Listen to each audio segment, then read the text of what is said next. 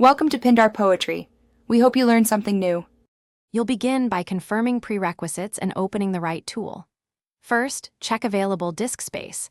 Make sure you have at least 1 GB free. Next, press Start and type Disk Cleanup, then select your system drive, usually C. Once the disk cleanup window appears, click Cleanup System Files so Windows calculates removable system items, including Windows Update Cleanup. This step forces the utility to enumerate old update packages so you can remove them safely.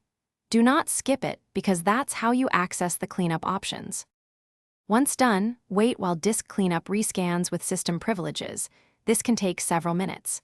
When the list appears, locate Windows Update Cleanup and, if present, previous Windows installations only if you don't need to roll back. Check those boxes and any other safe categories such as temporary files or recycle bin. Then click OK and confirm Delete Files. The tool will remove packaged update files to free space. Make sure to let it complete. Interrupting can leave temporary files behind or require a repeat cleanup.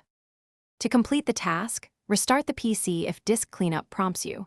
That finalizes deletion and clears files that were in use. If Windows Update Cleanup isn't listed, run dism with elevated command prompt. dism/online/cleanupimage/ start component cleanup to remove superseded components.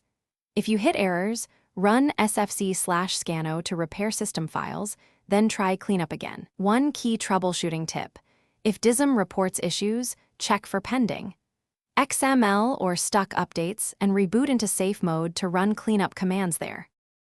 Thanks for watching. Consider subscribing if we helped you.